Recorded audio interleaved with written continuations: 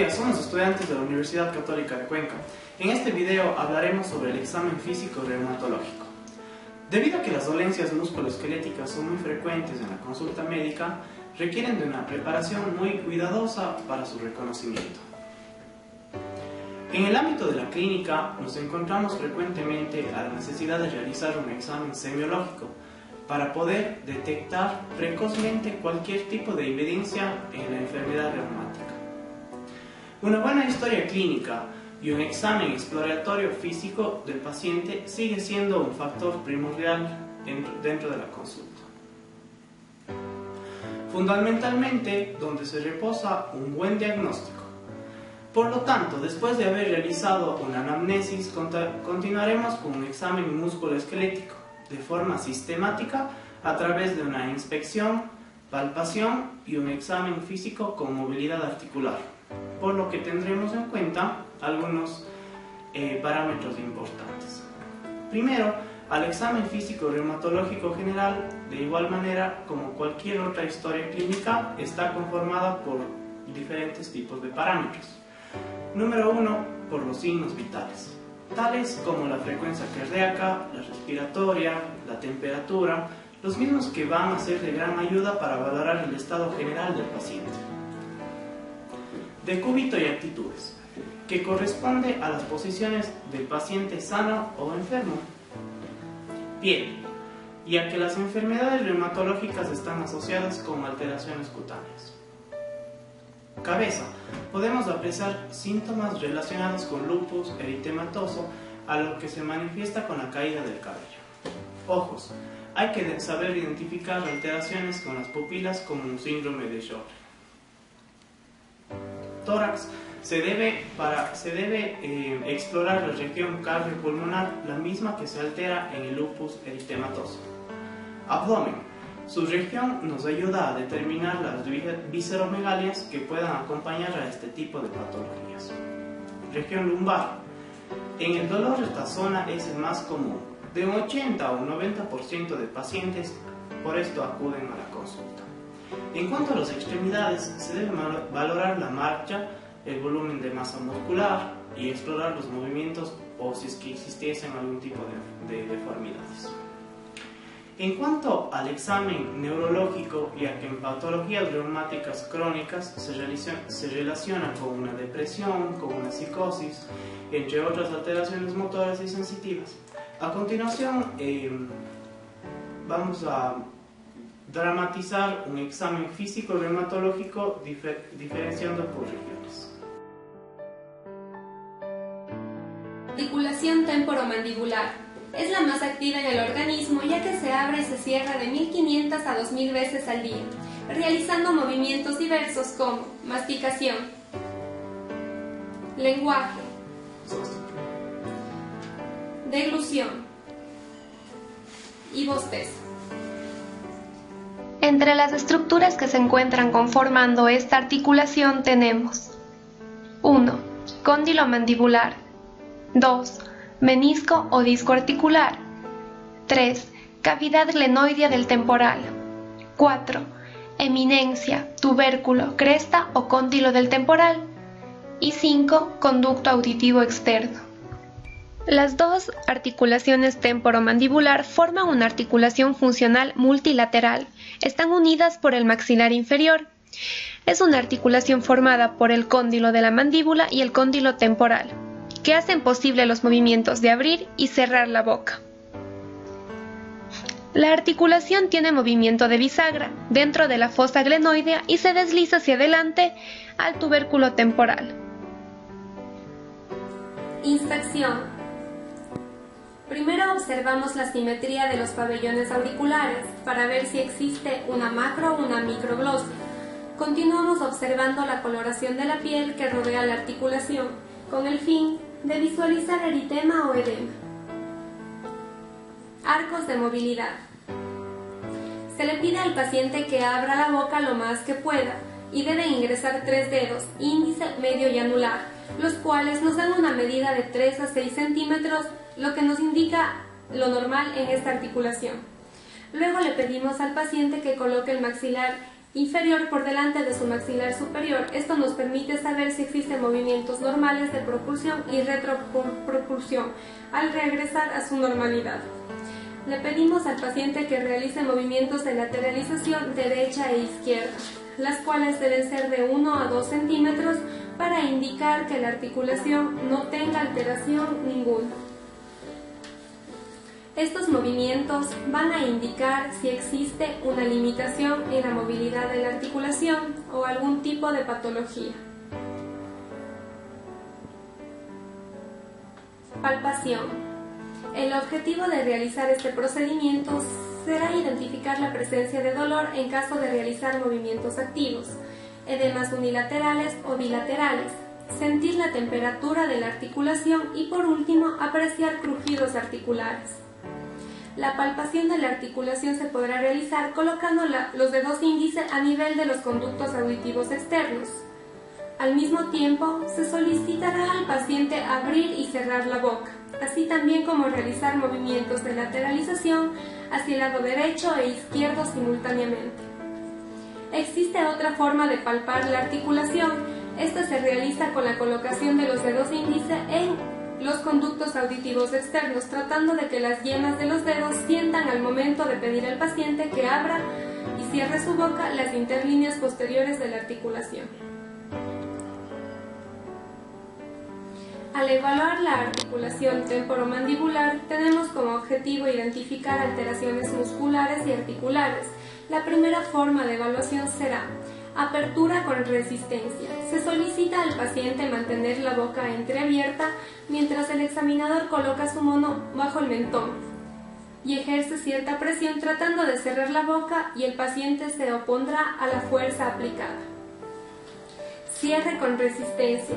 Se solicita al paciente mantener la boca entreabierta mientras el examinador coloca su mano sobre el mentón, aplicando una fuerza hacia abajo, por lo que el paciente se opondrá a dicha fuerza.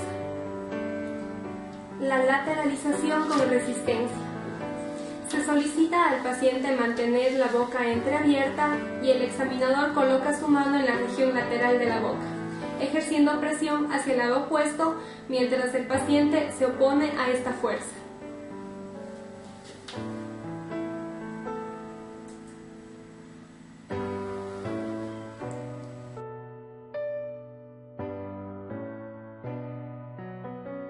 Una vertebral está constituida por 33 o 34 elementos, conocidos como vértebras discoides, que se superponen así: 7 cervicales, la primera llamada axis y la segunda atlas, 12 vértebras dorsales o torácicas, 5 vértebras lumbares, 5 vértebras sacras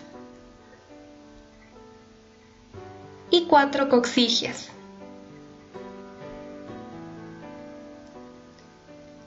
Además, si observamos la columna vista de perfil, obtendremos las siguientes curvaturas anatómicas: una lordosis cervical, que es una curvatura cóncava hacia atrás; una cifosis dorsal, que es una curvatura convexa hacia atrás; y una lordosis lumbar, que es una curvatura cóncava hacia atrás. Sección.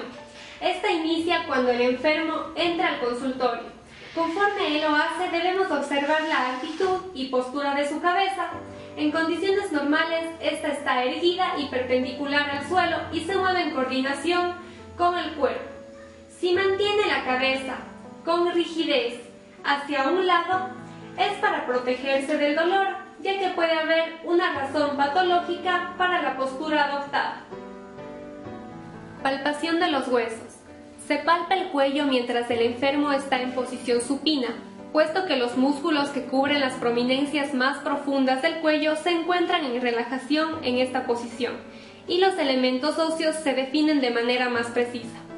Las apófisis espinosas se encuentran a lo largo de la línea media posterior de la columna cervical.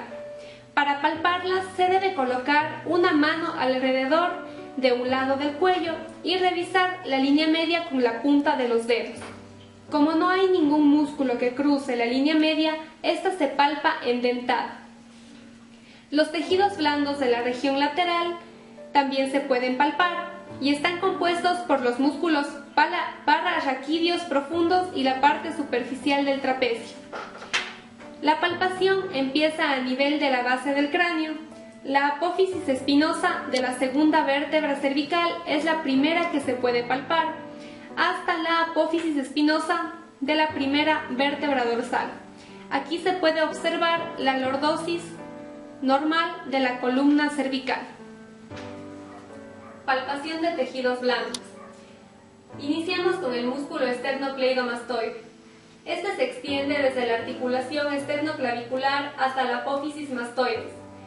Es distendido a menudo por las lesiones de hiperextensión del cuello. Para hacer una buena palpación, se pide al paciente que vuelva la cabeza hacia el lado opuesto del músculo, el cual sobresaldrá cerca de su origen tendinoso. Además tenemos al músculo trapecio. Este se extiende desde la tuberosidad occipital externa hasta D12. Se inserta en sentido lateral en la clavícula, el acromión y la espina del omóplato.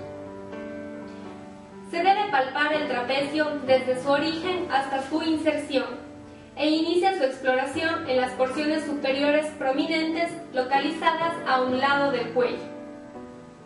El músculo trapecio se palpa de mejor manera en ambos lados para obtener una comparación instantánea y diferenciarlos en tamaño, forma a cada lado, ya sea esta unilateral o bilateral. Pruebas activas de los arcos de movilidad. Flexión y extensión. Se solicita al paciente que incline la cabeza hacia adelante como si dijera así. Debe ser capaz de tocar el tórax con la barbilla. Estos son los arcos normales de flexión. Rotación. Se solicita al paciente que desplace la cabeza de un lado a otro. Este debe ser capaz de mover lo suficiente hacia ambos lados, de modo que la barbilla quede casi en línea con el hombro. Inclinación lateral. Se solicita al paciente que trate de tocar su hombro con la oreja, asegurándose de que no compense los movimientos limitados levantando el hombro hacia arriba. En condiciones normales debe ser capaz de inclinar la cabeza. Inspección de la columna dorso-lumbar. El paciente debe encontrarse en posición erguida y se manifiesta una inclinación hacia un lado u otro, que puede ser un signo de escoliosis. Vista desde un lado, la curva lordótica normal es leve, sin embargo, a veces hay ausencia de la lordosis lumbar por espasmo muscular paravertebral. En ocasiones hay cifosis dorsal notable, con deformidad en jiba. La lordosis lumbar muy exagerada es característica del debilitamiento de la pared abdominal anterior. Palpación de los huesos. Para palpar la columna lumbar, el médico debe sentarse en un banco por detrás del enfermo, que debe estar de pie. Se debe colocar los dedos en las partes altas de la cresta ilíaca y el pulgar sobre la línea media del dorso, a nivel de la unión entre L4 y L5. Una vez localizadas L4 y L5, se debe mover los dedos hacia arriba para palpar cada una de las apófisis espinosas y luego palpar hacia abajo las apófisis espinosas más pequeñas, localizando la apófisis espinosa de S2 mediante el trazado de una línea entre las crestas ilíacas posteriores y superiores.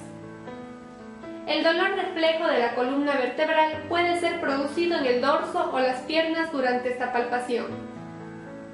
En la zona del triángulo sacro, las hendiduras entre las apófisis espinosas más pequeñas o la falta de cualquiera de las apófisis sacras o lumbares sugieren espina bífida. Luego se valorará la superficie posterior del coxis, ya que el coxis doloroso suele ser el resultado de un traumatismo directo, y la única manera de palpar por completo el coxis es mediante el tacto rectal. Palpación de tejidos blandos. Músculos paraespinales. Si los músculos se encuentran contracturados en ambos lados, sobresaldrán con bordes prominentes de gran dureza, por lo que se ocultarán por completo la lordosis lumbar normal. Arcos de movilidad. Flexión. Se solicita al paciente que se incline hacia adelante lo más que pueda, con las rodillas rectas y que trate de tocarse la punta de los pies. Si no puede hacerlo, mida la distancia desde la punta de los dedos hasta el suelo. Debe observar que no ocurra inversión de la lordosis lumbar normal durante la flexión, y que como máximo se aplane la parte baja del dorso. Extensión. Se coloca el médico al lado del enfermo y pone una mano sobre el dorso del mismo, de modo que la palma descanse sobre la espina ilíaca posterior y superior y los dedos se extiendan hacia la línea media. A continuación, se le pide que se doble hacia atrás hasta donde pueda, usando su mano como un punto de apoyo. Inclinación lateral.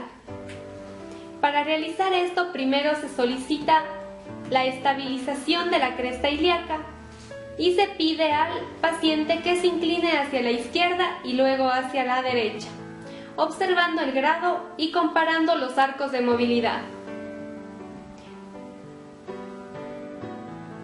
Rotación. Para ejecutar esta prueba, se coloca detrás del enfermo y se estabiliza la pelvis con una mano en la cresta ilíaca y la otra en el hombro opuesto. Enseguida se vuelve el tronco poniendo en rotación la pelvis y el hombro por detrás. Se repite el mismo procedimiento con la cadera y el hombro del lado opuesto, comparando los arcos de rotación. Entre las pruebas para estirar el nervio ciático tenemos signo de la Sagué o elevación de la pierna extendida. Se solicita al paciente que se acueste en decúbito supino en la mesa de exploraciones. A continuación se le levanta la pierna hacia arriba con sostén del pie a nivel del calcáneo. Esta debe conservarse siempre extendida, evitando que doble su rodilla, para lo cual colocamos la mano a nivel de la misma. El grado en el que puede elevar la pierna sin malestar o dolor varía en condiciones normales, siendo un ángulo de 80 grados normal. Si la elevación de la extremidad extendida es dolorosa, se establecerá si el dolor es causado por alteración del nervio ciático o por tensión de los tendones de la corva. Prueba de Huber. Esta prueba ayuda a establecer si el enfermo simula al indicarnos que no puede levantar la pierna. Pedimos al paciente que levante la pierna colocando una mano bajo el calcáneo del pie opuesto al que está levantando. Cuando existe dificultad para realizar esta maniobra, el paciente efectúa presión sobre el calcáneo de la pierna opuesta para obtener el apoyo. Si el paciente no apoya dicho talón, probablemente está simulando. La prueba de Schober.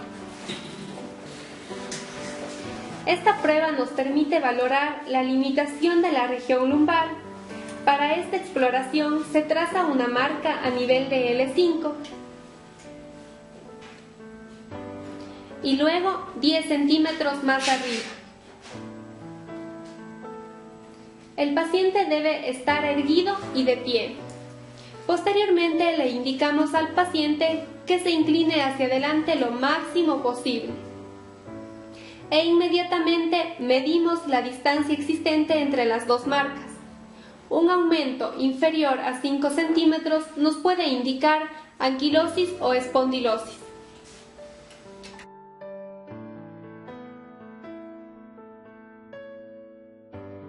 El hombro está constituido por tres estructuras principales, que son escápula, húmero y clavícula.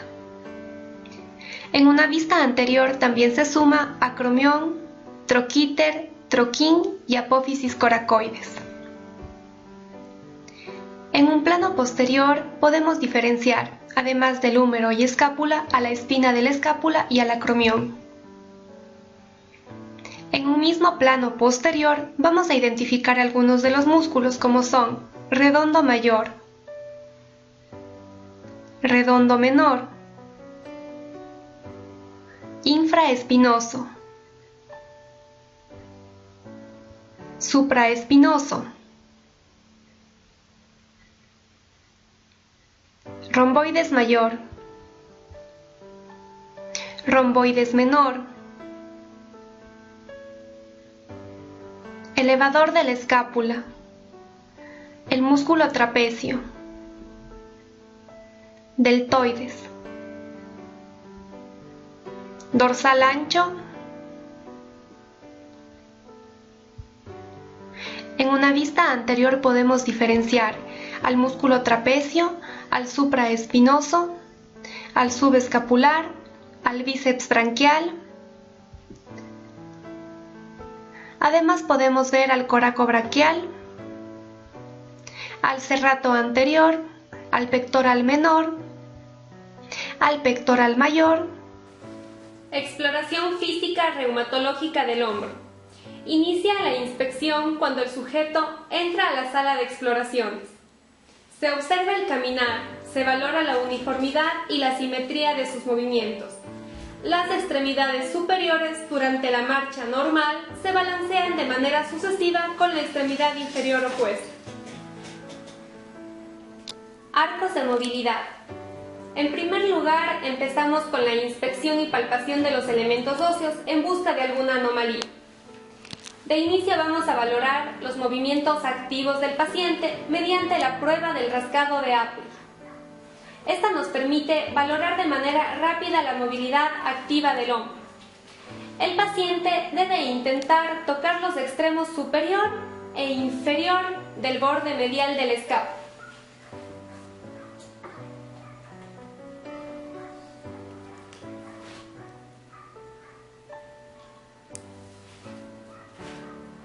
Movimientos activos del hombro.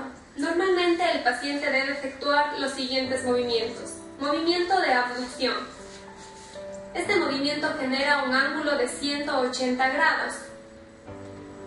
Movimiento de aducción.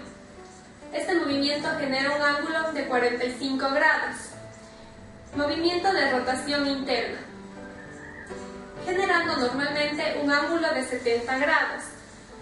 Rotación externa, generando de igual manera un ángulo de 70 grados. Movimiento de flexión. Normalmente se genera un ángulo de 160 grados. Movimiento de extensión. El paciente genera un ángulo de 60 grados. La movilidad pasiva se valorará los tres movimientos, que son abducción, rotación externa y rotación interna, mediante los movimientos de contrarresistencia. Primero tenemos a la rotación externa resistida.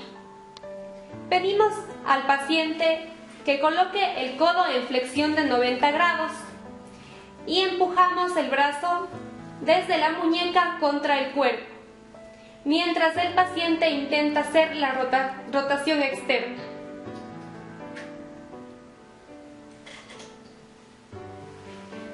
Maniobra de Patet.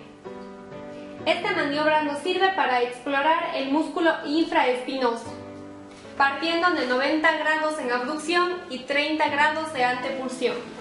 El médico solicita al paciente que realice la rotación externa contra resistencia. Si esta es dolorosa, es positiva. La rotación interna resistida. El paciente con el codo en flexión de 90 grados y el médico sujeta el brazo del paciente que intenta aproximar a su cuerpo. Cuando esta maniobra es dolorosa, el tendón afectado es el subescapular. Prueba de Herbert. Esta prueba se realiza impidiendo, es decir, realizando una contrarresistencia, la cual el paciente va a hacerla apegando la mano a la columna lumbar. Con esta maniobra exploramos el músculo subescapular.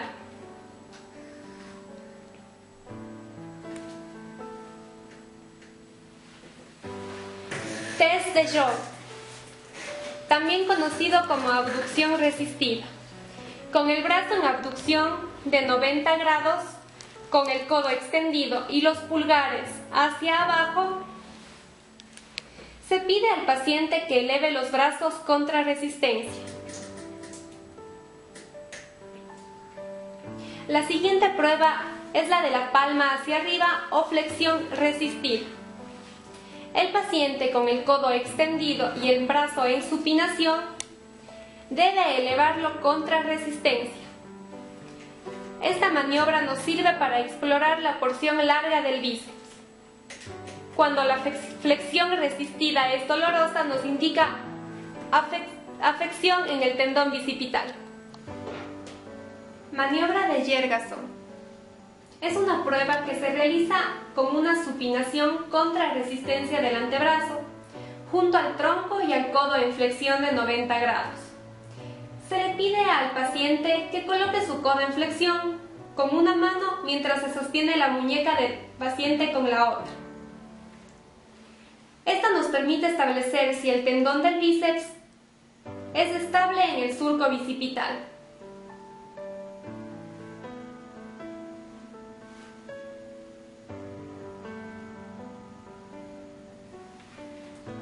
Extensión resistida. Con el codo del paciente flexionado se realiza extensión del miembro superior contra resistencia, explorando el músculo redondo mayor y el deltoides.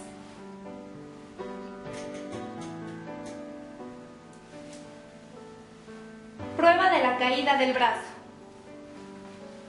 Se le pide al paciente que coloque en abducción total su brazo. El médico le indica que lo baje con lentitud hacia el lado correspondiente del cuerpo.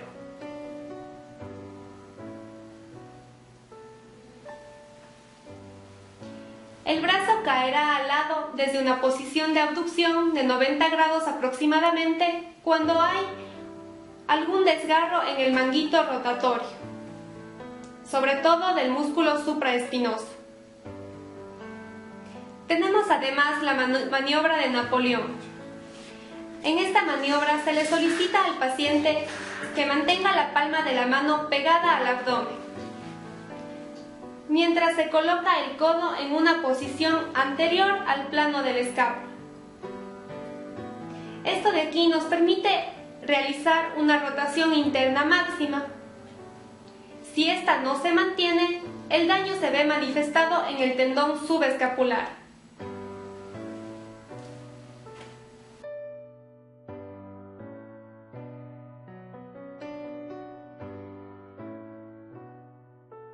Distal del húmero se localizan dos eminencias óseas laterales, el epicóndilo, que es la eminencia ósea externa, y la epitróclea, que es la eminencia ósea interna.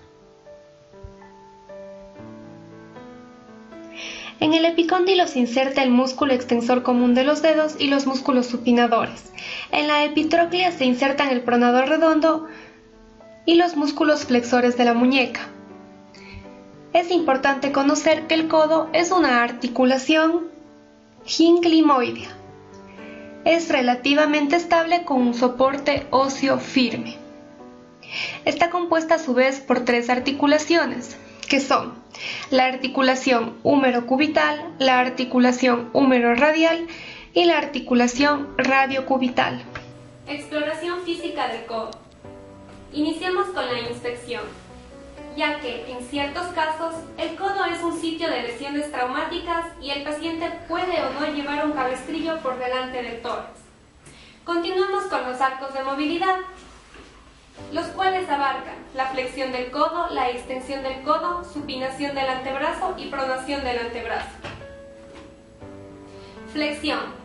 Se solicita al paciente que haga flexión con el codo y trate de tocarse la parte frontal del hombro con la mano. Este procedimiento puede estar limitado por la presencia de masa muscular en la parte anterior del brazo. Extensión. Se pide al paciente que estire el codo hasta donde pueda. La mayoría de los hombres pueden lograr una extensión normal de 0 grados. Quizás los que son extraordinariamente musculados no lo logren. Supinación. Se le solicita al paciente que ponga el codo en flexión de 90 grados y que sostenga en flexión a nivel de la cintura.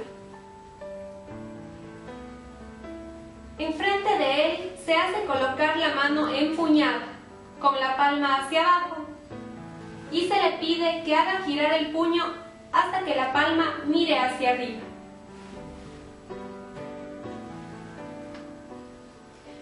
Pronación. La pronación normal depende del grado al que el radio puede girar alrededor del cúbito. Esta está limitada por alteraciones patológicas de los codos.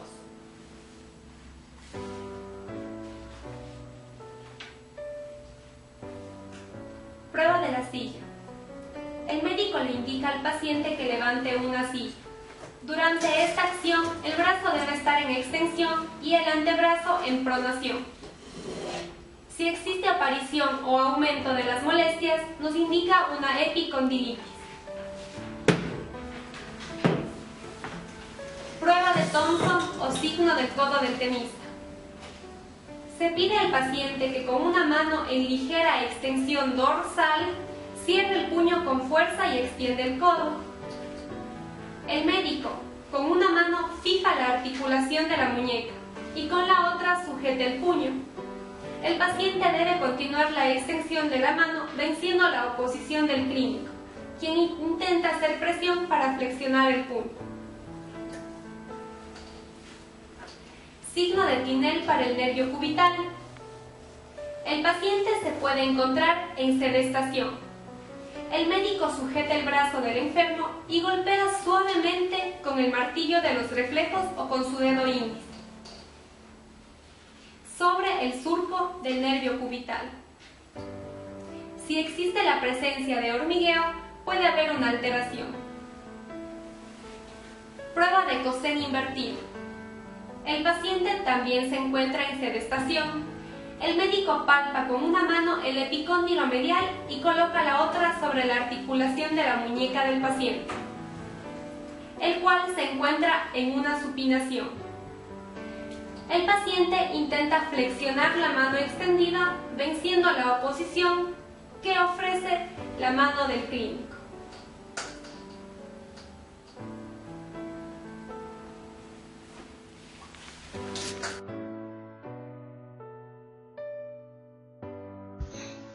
La mano es la parte más distal de nuestro brazo. Se caracteriza por tener una gran funcionalidad y variedad de movimientos.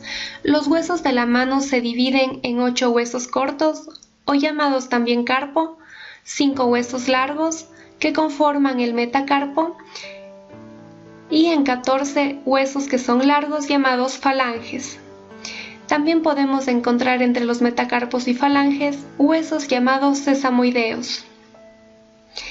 El conjunto de estos huesos conforma la región anatómica de la mano, partiendo siempre desde una posición de base anatómica en la cual el sujeto está colocado de pie con las palmas de las manos hacia adelante. Describiremos los huesos desde fuera hacia adentro. Los 8 huesos del carpo se disponen en 2 filas. La primera fila está compuesta por escafoides, semilunar, piramidal y pisiforme. La segunda fila está conformada por trapecio, trapezoide, hueso grande y ganchoso.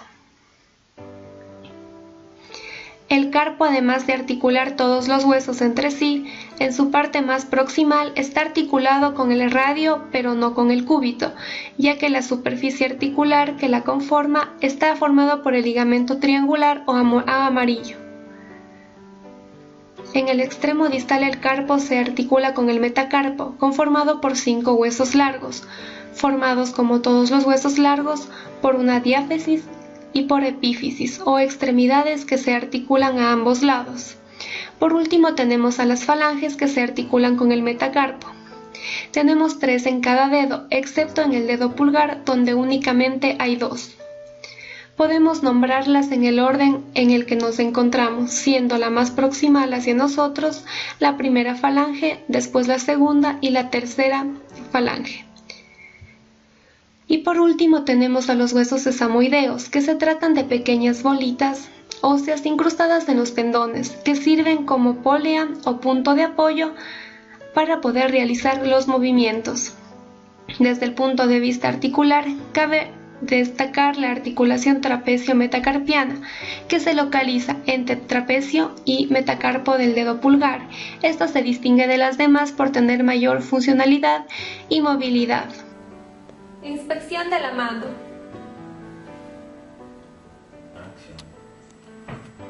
En esta debemos evaluar la coloración y el aspecto de la piel, así como los anexos, entre estos las uñas.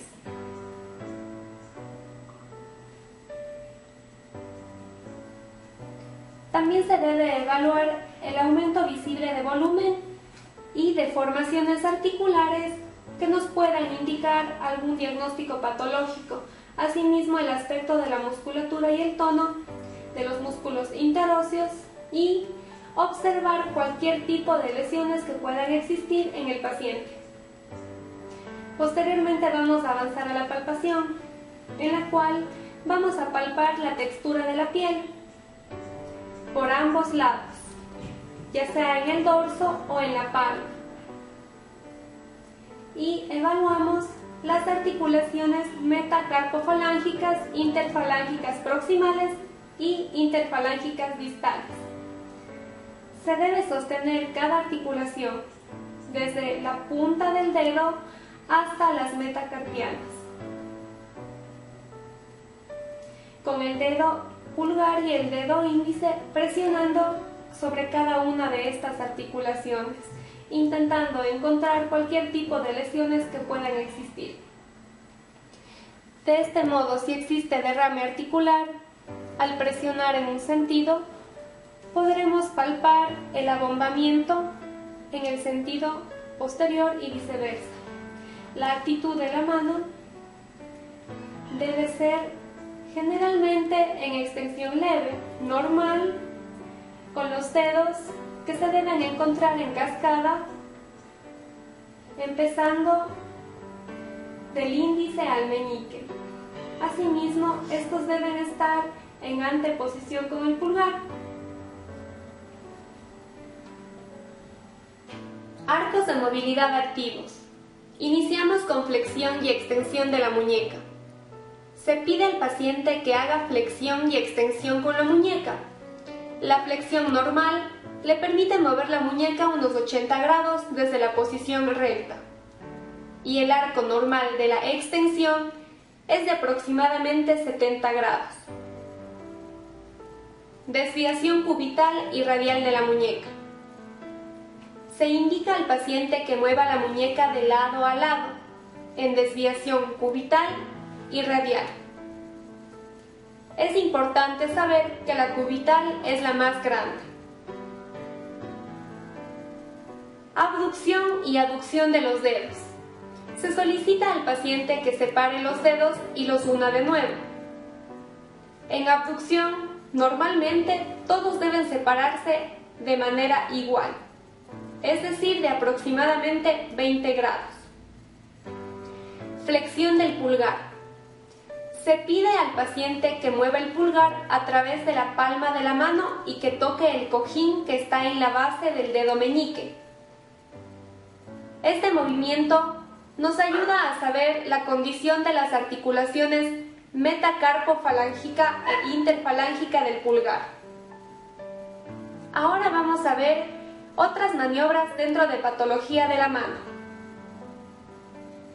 Tenemos a la prueba de Finkelstein. Para esto se pide al paciente que doble su pulgar hacia la palma de la mano y que luego lo cubra con sus dedos. Esto nos indica la inflamación de la vaina común del extensor corto y abductor largo del pulgar, más conocido como tensosinovitis de Kerbein. Entre las maniobras para reconocer el síndrome del túnel carpiano tenemos signo de Tinel. Se considera positivo si al realizar una percusión ligera sobre el trayecto del túnel del carpo, en su región se producen disestesias o una sensación de hormigueo. Test de palo. Se realiza solicitándole al paciente que flexione la muñeca ligeramente. A continuación, mantenemos esta posición y esperamos a ver los síntomas. El paciente debe mantener esta posición durante unos 60 segundos. Test de compresión carpal o prueba de Durkheim. El médico Presiona los pulgares sobre el túnel del carpo del paciente durante unos 30 segundos. Si esto genera hormigueo, es positivo. Test de Filk. El médico debe preguntarle al paciente: ¿qué hace usted con las manos cuando los síntomas empeoran? A lo que el paciente por lo general responde: haciendo el movimiento que ejecuta para bajar la temperatura de un termómetro.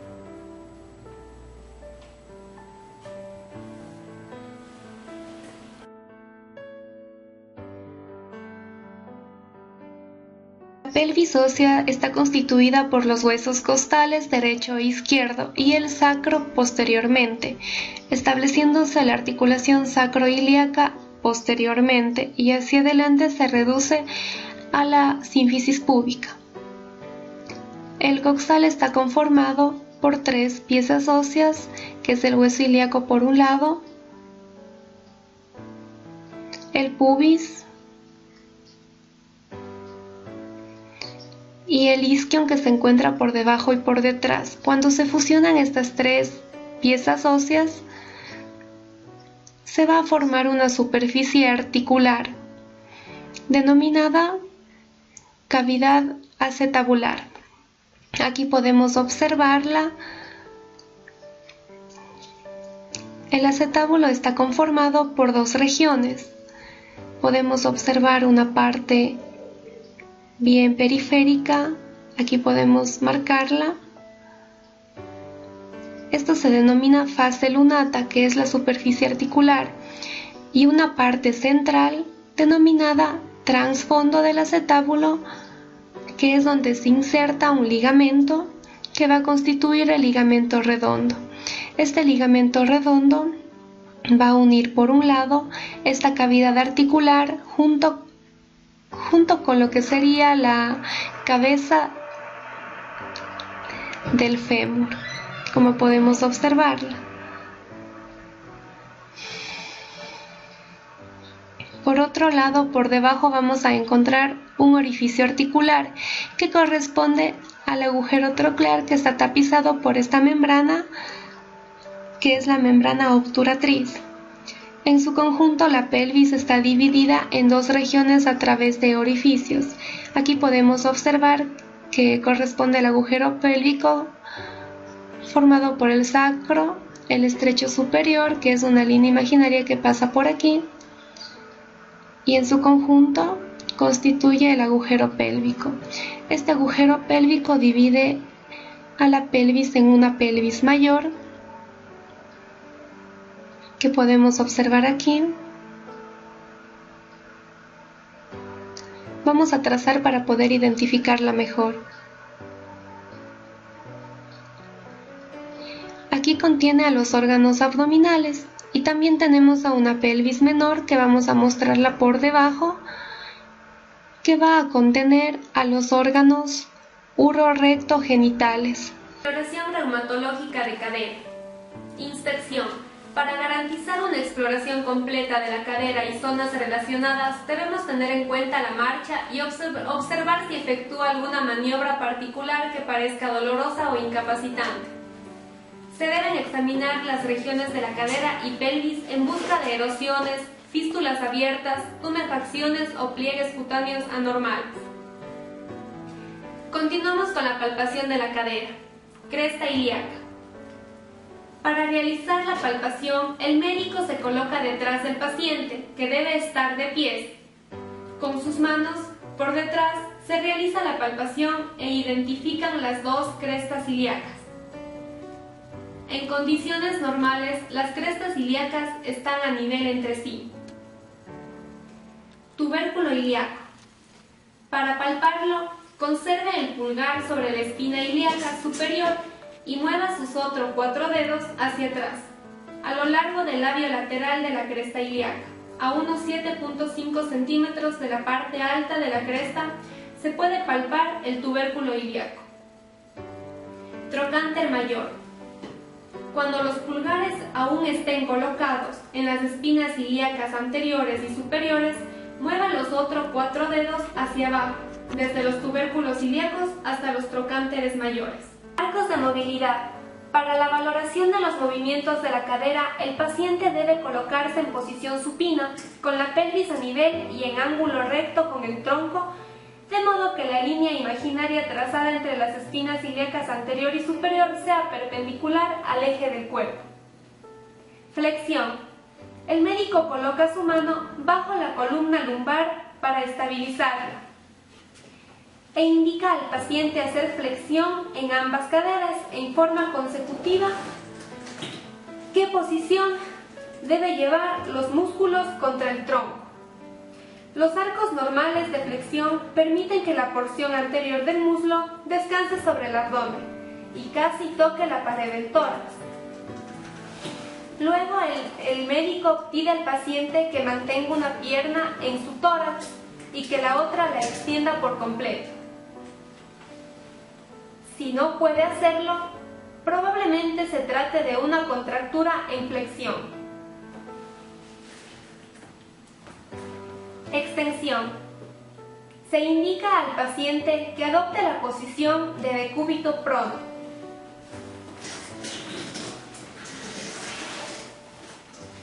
El médico procede a estabilizar la pelvis colocando su brazo sobre la cresta ilíaca y la parte baja de la columna lumbar del paciente. Luego le solicita que doble las rodillas un poco para aflojar los tendones de la corva, de modo que no estén tan activos en la extensión de la cadera.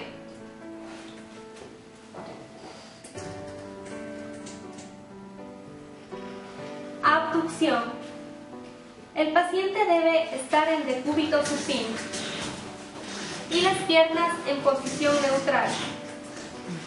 El médico estabiliza la pelvis colocando su antebrazo a través del abdomen y la mano sobre la espina ilíaca anterior y superior opuesta del enfermo. Luego sujeta un tobillo y realiza el movimiento de abducción suavemente hasta donde pueda llegar la pierna. Aducción. El paciente se encuentra en posición supina. El médico realiza la estabilización pélvica. Mientras sostiene el tobillo, guía la pierna a través de la línea media del cuerpo del paciente y sobre la extremidad opuesta. El médico nota que la pelvis empieza a moverse en la fase final de la aducción. Se evalúan los arcos de la abducción y se repite el procedimiento con la cadera opuesta. Para valorar los movimientos de rotación interna y externa, se pide al paciente colocarse en decúbito supino, con las piernas extendidas. El médico se pone frente al paciente y sujeta los pies exactamente en los maleolos y procede a hacer la rotación interna y externa de las piernas, usando como punto de referencia a la rótula. Así se valoran los arcos de rotación. En otras maniobras para la valoración de cadera, entre las que están maniobra de Levy. El paciente se localiza en decúbito lateral. El médico efectúa presión hacia abajo a nivel de la espina ilíaca antero-superior libre. Puede ayudarse también apoyando el antebrazo para ejercer mayor presión. La aparición de dolor en ligamentos sacroiliacos posteriores es el resultado de esta maniobra. Maniobra de Volkmann.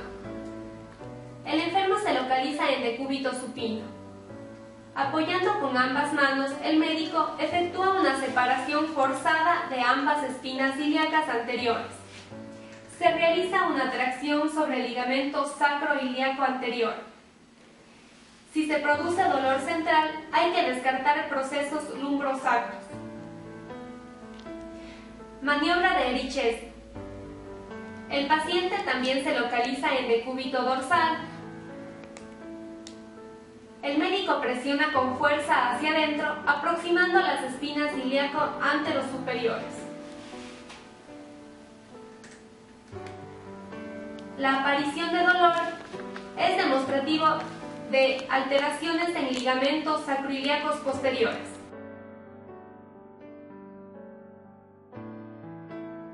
rodillas son complejas estructuras que dividen nuestras extremidades inferiores y permiten los movimientos de flexión, extensión, bloqueo, desbloqueo y rotación de las piernas. La articulación de la rodilla resulta el punto de contacto entre el fémur y la tibia, y el fémur y la rótula. Estos huesos están unidos por medio de numerosos ligamentos extrínsecos y extrínsecos, y tendones. También presentan una capa de cartílago que favorece la suavidad del movimiento, y dos cojinetes o meniscos que reducen la fricción y protegen la estructura de la rodilla.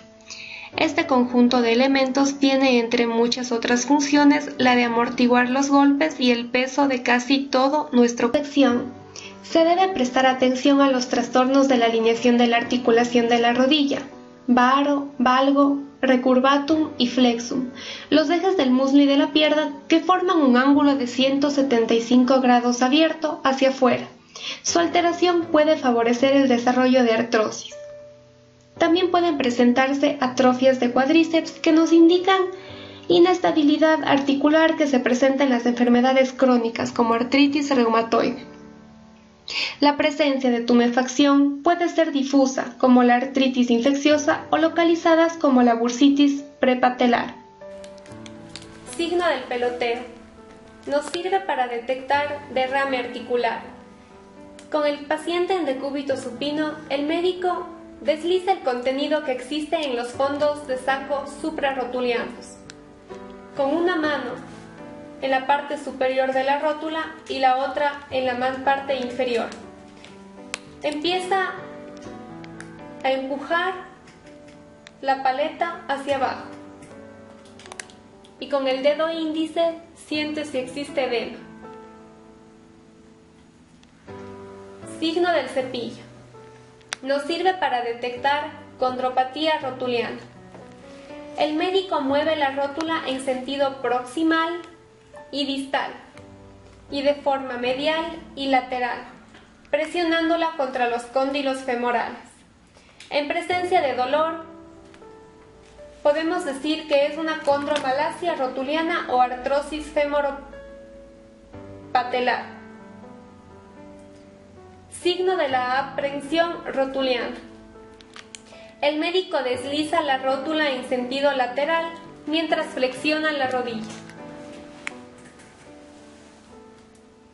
Si es positiva, indica que la rótula es luxable. Exploración ligamentosa. Prueba de estrés en varo y valgo. Nos sirve para valorar el ligamento colateral interno.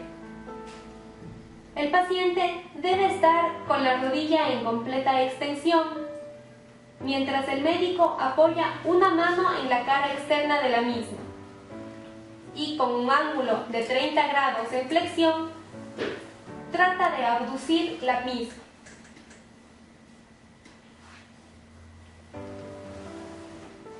Signo de cajón anterior y posterior, ligamentos cruzados. El paciente flexiona a 90 grados la rodilla fijando el pie. El médico coge firmemente la rodilla con los 2 pulgares sobre la tuberosidad tibial y con los músculos isquiotibales en relajación, tira hacia adelante la tibia. Esto nos sirve para valorar el ligamento anterior, mientras que para valorar el ligamento posterior se repite el mismo procedimiento pero empujando la tibia. Prueba de Lachman. Con 15 grados de flexión, una mano del médico estabiliza el fémur y con la otra tira hacia adelante la tibia.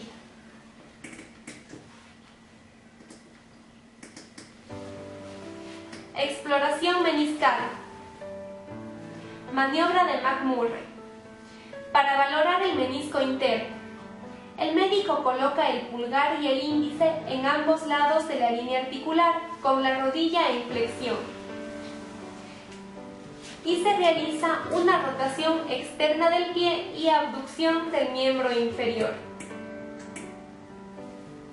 Para valorar el menisco externo es de la misma manera, pero esta vez con rotación interna y abducción.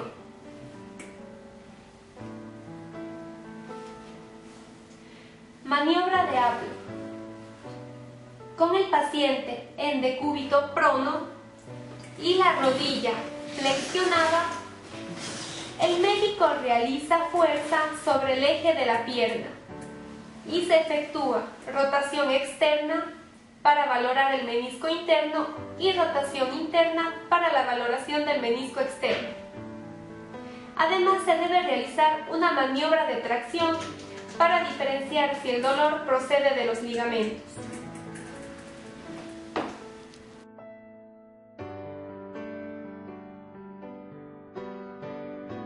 En la anatomía ósea del pie se realiza un estudio desde una visión sagital, tal y como si viéramos el pie cuando bajamos la cabeza y vemos hacia él. El pie, al igual que la mano, está constituido por 3 grupos de huesos: el tarso, que se articula en su parte superior con tibia y peroné, el metatarso y las falanges. Los huesos del tarso se dividen en 2 filas.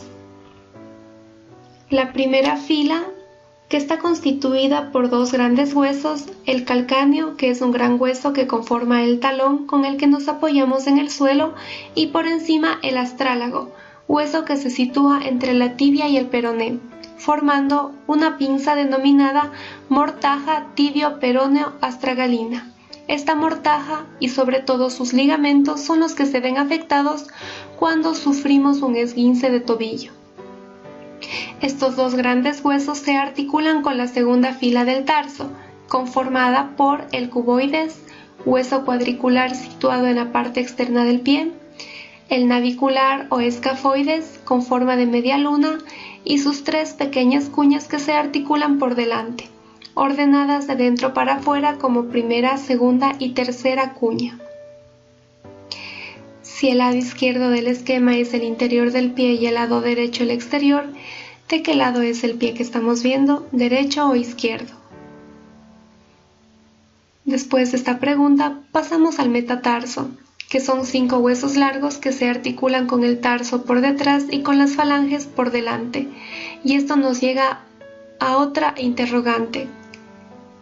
¿Qué puede ser, tarso o falanges? Todos los dedos están conformados por 3 falanges, a excepción del dedo gordo, el cual es demasiado ancho y solo posee 2 falanges.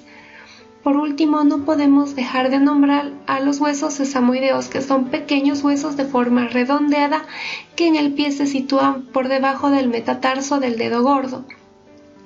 Estos huesos están incrustados en el tendón, disminuyendo la tensión que éste presenta. Aquí tenemos una vista lateral externa de cómo se ve el pie. Una visión lateral interna con todas las partes que la conforman. Exploración reumatológica de pie y tobillo. Iniciamos con inspección. La exploración del pie y tobillo debe ser observada desde el momento en el que el paciente ingresa al consultorio. Se debe observar el aspecto externo de sus zapatos y la deformación que puede presentar los pies. Al iniciar la inspección, el médico cuenta los dedos de los pies, asegurándose de que son 5, ya que en ocasiones puede existir un dedo supernumerario, que es una anomalía congénita.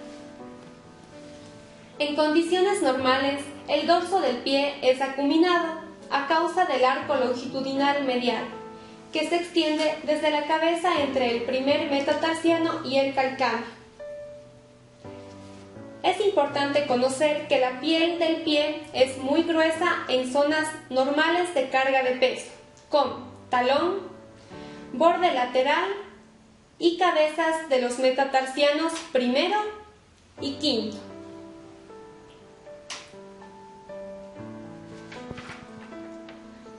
Palpación.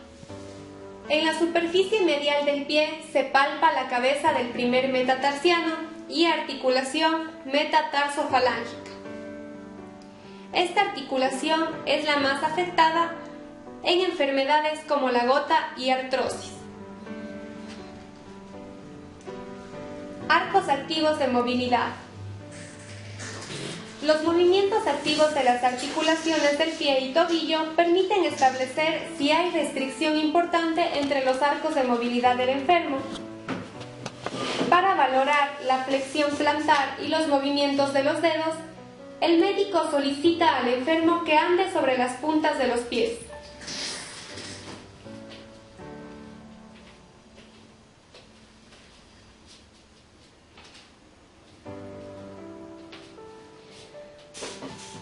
Para someter a prueba la dorsiflexión, el médico indica que ande sobre los talones.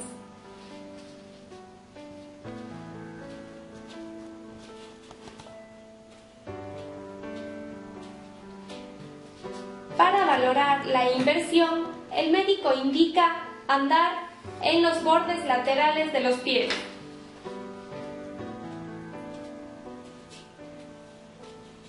Y finalmente, para evaluar la eversión, le solicita al paciente que ande sobre los bordes medianos.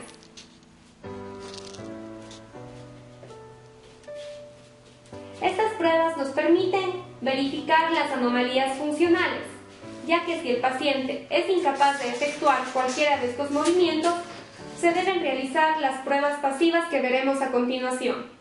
Los pasivos de movilidad permiten valorar dorsiflexión del tobillo, que normalmente es de 20 grados, y flexión plantar del tobillo de 50 grados. Para esto, el médico solicita al paciente que se siente en el borde de la mesa y deje colgar las piernas. Inmediatamente sujeta la porción anterior del pie con su mano y lo empuja con toda unidad para completar la dorsiflexión y flexión plantar. Movimientos de inversión subastragalina. El médico le indica al paciente que se mantenga sentado de la misma manera. Luego estabiliza su tibia sujetándola alrededor de su extremo distal. A continuación sujeta el calcáneo e invierte y evierte de manera alternada el talón. Para valorar los movimientos de aducción y abducción, que se localizan a nivel de la articulación metatarsiana, el médico sujeta el pie del enfermo a nivel del calcáneo con una mano y con la otra mueve la porción distal del pie en sentido medial y lateral. Maniobras de pie y tobillo. Caja anterior del tobillo. Con el pie en posición neutra, la rodilla en flexión de 90 grados, el médico tracciona con una mano desde la parte posterior del calcáneo en sentido póstero-anterior, mientras que con la otra se mantiene fija la tibia en su tercio distal.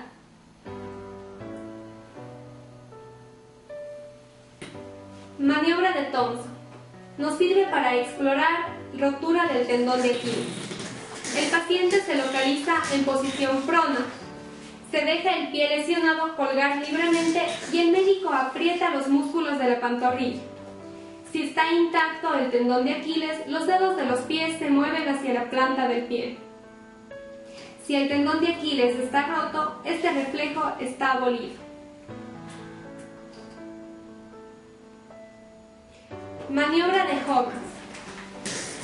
El signo se busca en el paciente acostado en posición de cúbito supino, rodillas extendidas y tobillos en posición neutra. El médico coloca una mano sobre el tercio distal del muslo, sujetándolo, y la mano opuesta en el calcáneo, controlando la dorsiflexión de la articulación. Este signo es positivo cuando hay dolor en la pantorrilla o en la región poplitea de la dorsiflexión del tobillo.